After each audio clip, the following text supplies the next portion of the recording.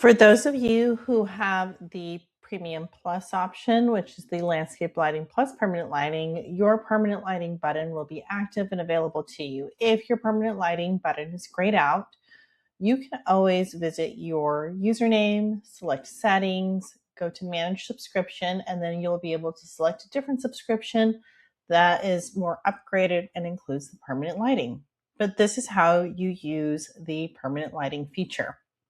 So as I mentioned before, you really do want to have a teeny bit more accuracy with your length if you can for that yardstick, only because it is going to help you to measure and place everything the way it needs to be. So in this particular case, the distance between these two beams is 10 feet, and I'm just going to stretch that, put it to the side, and hit apply.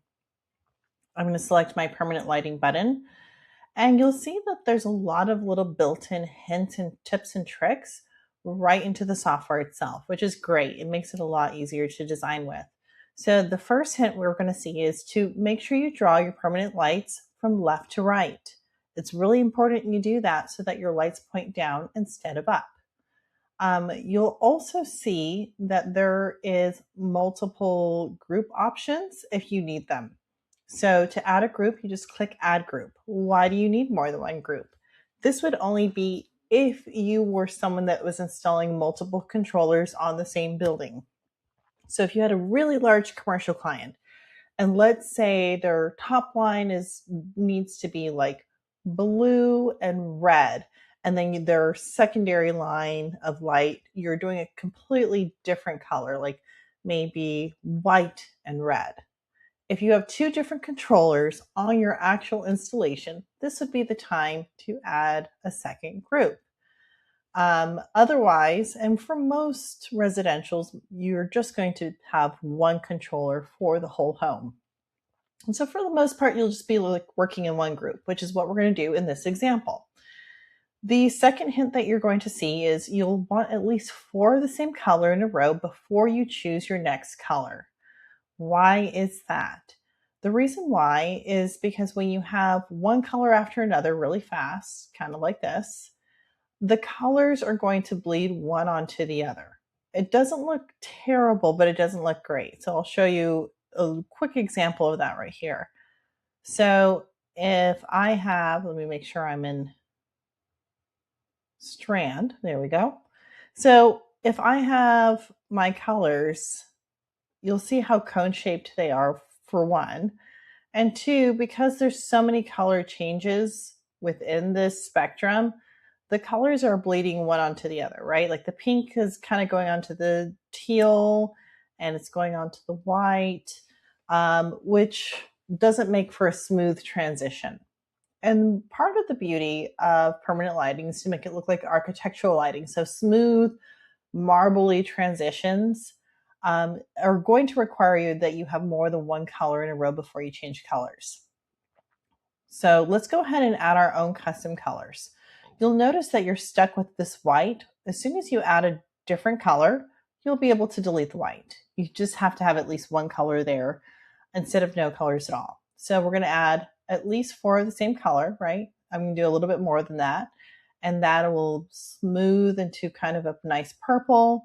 And the purple will go into, let's just do that white color. And now you have something that goes from one color into the next color, into the next color.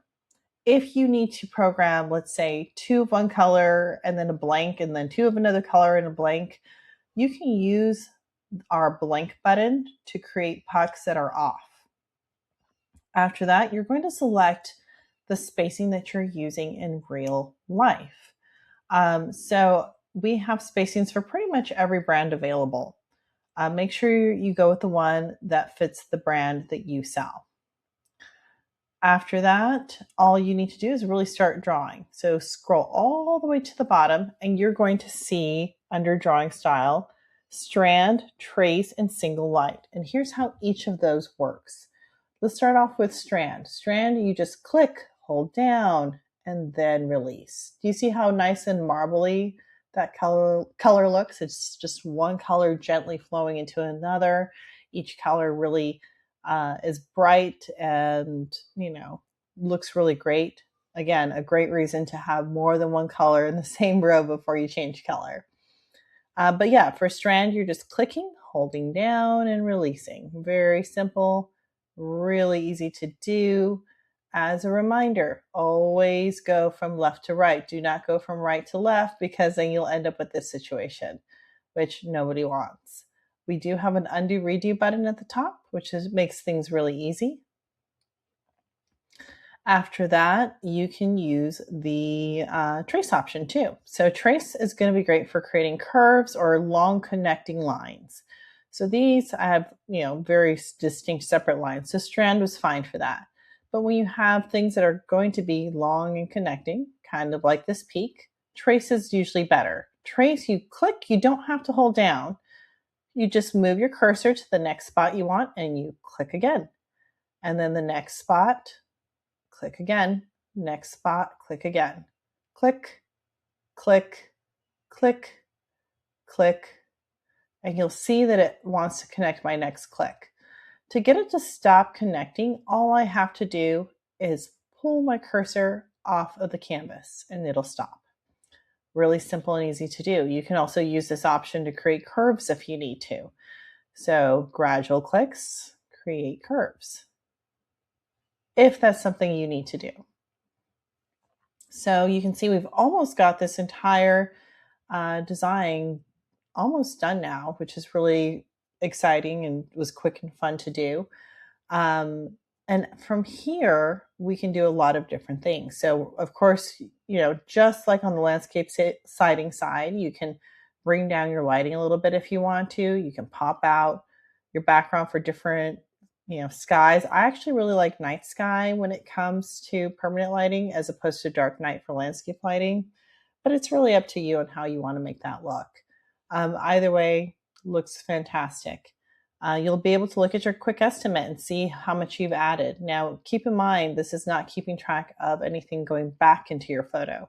So if you are trying to measure from the whole home, what I recommend is getting a screenshot of the aerial view and adding your aerial view as a design, getting all your cutbacks measured, and from the front view, getting all the front area done from the front, like the peaks and that sort of thing. You can add those numbers together and have one whole nice number for that. In the event that you do want a few different designs and options, it's really easy to just go to options and select duplicate. By duplicating, you're going to be able to copy over to the next item. You can just see permanent light 1 and copy. We can always change the name of our zone to something else. So maybe this is accent lighting as our example. And then you're going to be able to completely change whatever you have on your screen. So we can get rid of those lights, and maybe we're going to go with a warm white instead. And we'll do maybe 3 warm white in a row and then a couple of blanks, just like that. And so all of a sudden, we have some really pretty landscape lighting. Maybe we want 2 on, 3 off, however that works for you. You're going to be able to also change anything for the whole group. So maybe it's the opacity, maybe it is the width, meaning width being the widest beam, and further over here being thinner beam, the length. However you want that to look, you can really make it look. And whether or not you want your lights to face out or down. So an example of this would be if I needed lighting that is out, it's installed facing out. So there's no color cast going down, which might be the case for some commercial clients. Down is going to have that nice color cast that washes down the wall. So really easy to do as well. However, you're sometimes going to have a situation where you want to just change one individual line. If you want to change just one individual line, click on the line you want to change. You'll notice that there's little dots to the left and to the right of that item. You can just grab the little dots, make them shorter, longer, change the angle, or move it all together. But while you're highlighted on this, you can really change things up however you need to. So I have selected my lights. I'm going to go to light settings instead of group settings. And then from here, I can do little changes. Like maybe I need it to be darker for this particular one or lighter. Maybe I need to shorten my beam for this one or lengthen it a little bit further than the other ones went. Or maybe I want it to have a color splash on the ground. I can go to surface coverage and click yes. And then after I click yes, I can increase my distance to the surface and my beam length however I need to, and make some changes there as well, which is really, really cool. So how do we animate? How do we do these things and make it all work? Well, that's pretty easy to do.